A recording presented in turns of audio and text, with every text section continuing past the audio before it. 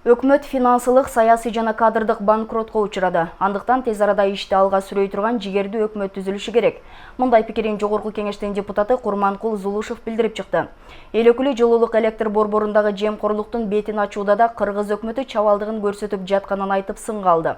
Бул пикирде коомчулук кызуу талкууга алып колдоо көрсөтүүдө.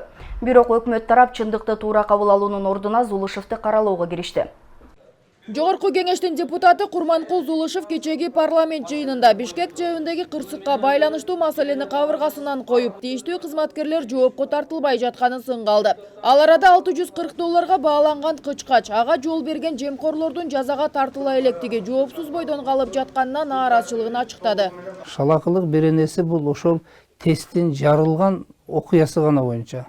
Жарылганга ошо кызмат адамы күнөөлүүбү, күнөөлүү эмеспи, шалакылык менен жол берди. Бул биринчи маселе.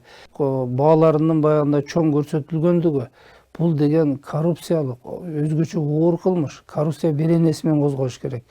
Эл өкүлүнүн бул билдирүүсү көпчүлүктүн колдоосуна алынды. $386 миллион котормосу жок кол коюлган келишим менен иш алып барган тараптарды жоопко тартуу зарылдыгын айткандар четинен чыгат. Социалдык тармактардагы колдонуучулар да кыжырлануусун ачык билдирүүдө. Зулушев абдан туура баа берди. Сапарга чейинки бир да өкмөт башчысы саясий, кадр, финансы жакта мындай жоруктары болбоптур. Сапар келиши менен банкротун кошо ала келген экен. Кооз, сылык, калп сүйлөгөндөн башкага жөндөмү жок экенин көрсөтүп койду. Эми банкроттон сормосазга тыкпаса болду. ТЭЦтин коррупциясы ачылбайт, чабактар камалат, киттер жегенин уланта берет. Бизге Түндүк Кореянын президентин 3 айга суранып алып келиш керек болду. 3 ай иштеп берсе болот эле. Ошондо тазаланат, ашасын баш кылып, сокесин төш кылып, 120сын УКМК прокуратурасын жамбаш кылып устукандап таштайт эле. Курманкул Зулушев абдан туура маселени көтөрүптүр. Өкмөт башчы отставкага кетиши керек. Жептеги жоопкерчиликтүү жетекчилерди коргобой. УКМКнын башчысы Сегизбаев, баш прокурор Жолдубаева да жооптуу. Жоопкердик аларды кызматка койгон Атамбаевдин да мойнунда. Жаңы президенттин колун байлап олтурушат, коррупцияга күрөшүү демилгесине тоскоолдук кылышып. Ал эми өкмөттүн одоно түрдө кетирип жаткан кемчилдиктерин ачык айтып чыккан Зулушевдин сөзүнө өкмөт тарабынан туура баа берилген жок. Тескерисинче сынга алган Курманкул мырзаны популист деп атап каралоого киришти. Өкмөттүн бул билдирүүсү да коомчулукту ого бетер нааразы кылууда. Премьер-министр кеңеш аркылуу мынтип айттырбаш керек. Эгер факты менен депутат сүйлөбөсө келсин парламентке, факты менен далилдеп берсин. Телевидение келсин түз эфирге, факты менен далилдеп берсин. Ал ушинтип өзүнүн аброюн коргош керек.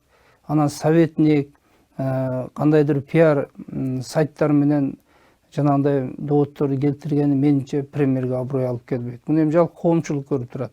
Ал эми журтчулукта болсо Сапар Исаков да мурдагы айрым өкмөт башчылары сыяктуу эле жарытаарлык жумуш кыла албай жаткандыктан анын кызматтан кетишин талап кылгандар күн санап көбөйүүдө. Сапар мырза колуна планшет кармаган кеңешчилеринин курчоосунда калып, карапайым элден алыстап кетти деген нааразычылыктар интернет сайттарында да байма-бай жарыяланып келет.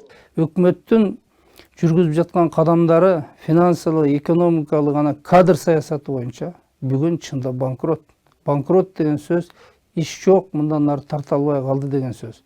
Белгилей кетсек, Бишкек жылуулук электр борборун модернизациялоо иши 2014-жылдын 26 апрелинде башталып, былтыр аягына чыккан. Модернизациялоо долбоору $386 миллион бааланган. Быйыл 26 январда болгон өндүрүштүк кырсыктан кийин $386 миллион насыя жумшалган долбоор техникалык экономикалык негиздемеси жок. Аны салган ишкана тендерсиз эле тандалып алынган деген сынга кабылган.